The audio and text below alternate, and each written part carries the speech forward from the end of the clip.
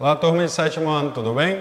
Vamos estudar aí um conteúdo maravilhoso, que são os numerais, tá certo? Já tivemos aí outras oportunidades em que foi explorado este conteúdo, só que, como eu falo para vocês, nunca será o mesmo, sempre estaremos estudando aí em um nível maior. Então, vamos lá. Numerais, certo? Números em língua portuguesa. É até estranho, né? Ah, professor, eu só quero saber de números quando for na matemática. Problema com números já basta ficar lá com a matemática, nada disso. Você que é um aluno estudioso, provavelmente está utilizando de um argumento que facilmente poderia ser derrubado. Então vamos lá. Gente, quando se fala de numerais, ok? Ele é algo que está presente a quase todo momento no nosso dia a dia, certo? Vamos ao exemplo. Ah, professor, coloca meio ponto aí para mim nessa atividade. Professor, eu vou resolver a atividade aqui no quadro, mas eu quero 8 pontos na média. Eita, não quer passar logo de ano sem nem abrir o livro, né? Brincadeiras à parte, então vamos lá. Números em língua portuguesa. Estamos falando aí que esses números, eles podem indicar o quê? Eles podem indicar quantidade, ordem, fração ou a multiplicação, tá certo? Então, vamos só ler aqui, acompanhe o material de vocês, tá certo? Quando queremos determinar a quantidade das coisas a que nos referimos, utilizamos aí a palavra com 1, 2, dobro, metade, entre muitas outras, não é isso? Como eu falei para vocês, é muito comum no nosso dia a dia. E essas palavras recebem o nome de numeral. Os numerais aparecem em diversos textos, mas principalmente nos instrucionais, não é isso? Acrescente 1/4 de azeite extra virgem. Em seguida, adicione 2 unidades. Opa, 2 unidades não, estou sendo aí muito subjetivo. Então, acrescente aí 2 ovos e bata até ficar cremoso. Não sei que receita é essa não, mas como eu disse, os numerais está bem presente aí. Imagine uma receita utilizando aí azeite extra virgem e ovos. Deve ser uma pizza, não é isso? Preparando a massa para uma pizza. Então vamos lá. Numeral é uma palavra que costuma acompanhar o substantivo, dando-lhe ideia de quantidade, ordem, multiplicação ou fração. Vamos a eles, não é isso? Então, cardinais ou quantitativo.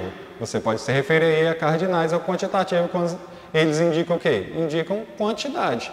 Vamos aí, 1, 7, 100, ok? Ordinais. Luiz senta na terceira cadeira da primeira fila, ok? Então, eu acabei de utilizar aí uma indicação que traz aí uma ideia de ordem, ok? Vamos ao próximo exemplo, os multiplicativos, certo? Quando indicam multiplicação, o dobro, o triplo, tá certo? O aluno leu o dobro de página que seu colega. Imagine aí, certo? Olha aí como é empregado esses termos. Os fracionários. Vamos aos o que seria esse fracionário, certo? 1/3 da turma pediu para sair mais cedo. Metade da turma votou contra. Olha aí, gente, como a gente costuma utilizar esses números diariamente, a quase todo momento, tá certo? Então, vamos ao próximo caso aqui. Observações. Algumas observações que a gente deve fazer aí sobre os numerais são as seguintes. Fazem parte dos numerais as seguintes palavras. Tá certo? Ah, professor, mas eu já vi, mas tem algumas aqui que provavelmente você pode se deparar e não fazer esse reconhecimento e não ver aí como numeral indicador de alguma quantidade. Então vamos lá. Dezena, dúzia, vintena, cento, centena, centúria, grosa, certo? Até centúria é muito comum para vocês. Agora vamos aí à grosa. Seria o quê? Seria um conjunto de 12, certo? Um conjunto de 12 unidades, que vai dar um total aí de 144 unidades, tá certo? milhar, milheiro, par, tá certo? Essa palavra milheiro aí é muito comum, principalmente quando se vai comprar algum tipo de material, um tipo de material de construção. A questão da milha, quando se refere a alguns jogos de azar, tá certo? Par, está indicando aí outro, é bem comum o emprego desse termo aí, também quando se fala em compra de determinados materiais de construção, ok? Ou até mesmo de algo relacionado ao vestuário. Vamos mais adiante. Bem, os seguintes numerais têm mais de uma forma, tá certo? Isso aqui é muito comum, certo? É muito comum a gente se deparar com essas situações em que a gente fica naquela pergunta: puxa vida, será que isso aqui está certo? Então vamos a elas, tá certo? Esses numerais pode ser 14 ou 14, tá certo? Olha aí, as duas maneiras de se escrever esse numeral aí por extenso está correto, nessas duas maneiras aí. 11º ou 1/10, certo? 12º, duodécimo. 70º ou 70º, ok? Sem o P. 70º ou 100º, tá certo? 90º ou 90º, certo? Então, quando você se deparar com algumas palavras, quando for escrever esses números aí na forma extensa, então você pode empregar as duas sem ficar receoso aí de estar cometendo algum equívoco, ok? Vamos mais adiante. Os numerais coletivos, biênio, triênio, quadriênio, lustro, todos esses termos, gente, estão se referindo aí a anos, tá certo? Década, tá bom? Década, decênio, centenário, sesquicentenário, ok? E milênio. Então, esses termos estão se referindo aí a números coletivos, assim também como ambos. Estão lembrados aí de quando a gente fazia a utilização de ambos, quando estávamos estudando aí expressões quantitativas? É só lembrar de ambos ou ambas, está se referindo aí a duas pessoas, tudo bem? E o 0, 0 hora, 0 grau. Vamos mais adiante. A leitura e escrita dos numerais. Por exemplo, vamos a um exemplo aqui, gente. 5.432.329. Olha aí como se lê esse numeral, certo? Então, a leitura se dá desta maneira. Cuidado para não cometer o equívoco, principalmente quando tivermos aí mais de 6 algarismos, tá certo? Quando tivermos mais de 6 algarismos, devemos seguir essa sequência aí de escrita, ok? Vamos lá ao próximo. Para designar séculos, certo? Para designar séculos, capítulos de livros, reis e papas, usam-se os ordinais. Pegue o seu material, espero que você esteja com o seu material nas mãos, certo? Grifem, passe aquele seu marca-texto lindo que você tem aí e coloque, separe essa expressão. Usa-se os ordinais até 10, certo?